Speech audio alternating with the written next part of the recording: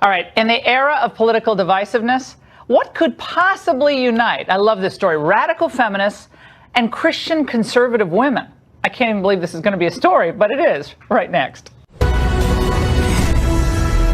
This week, Democrats on the House Judiciary Committee approved a controversial bill that will allow biological males to compete against females.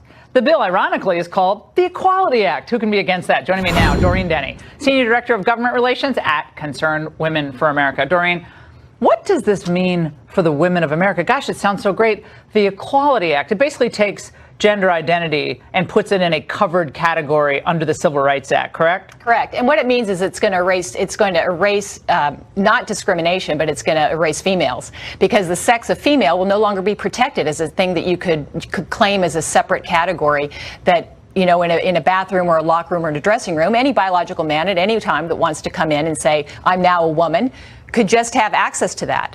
In women's sports, we have the situation similarly. They're already claiming with a gender, just saying I'm going to be a female, racing against women, winning the trophies, winning the medals, possibly getting the scholarships.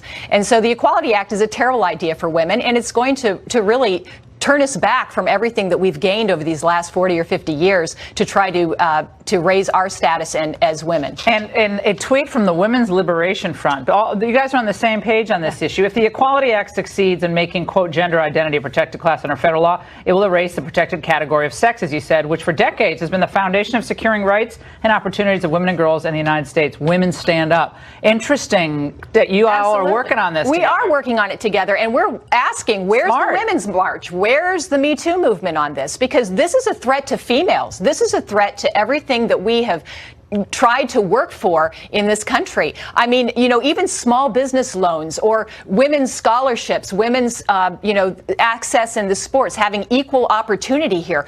It's going to be taken away from us, because anytime a man would want to claim to be a woman, anytime for any reason, government contracts, under any circumstance, and you know what? There's no standard about what that would require for him. It would just say, if you feel like it today, yeah, you know, if today I feel feminine, yeah, I'm going to go into the women's dressing room and just this happened at Evergreen State College. We had a situation in that school, and it's happening all across the country, and women have to wake up. Absolutely. As someone who played college sports and high school sports, you don't want to. Congress needs to pass laws that protect women, and that's plain and simple. Doreen, thank you so much. We're going to continue on this on the podcast next week.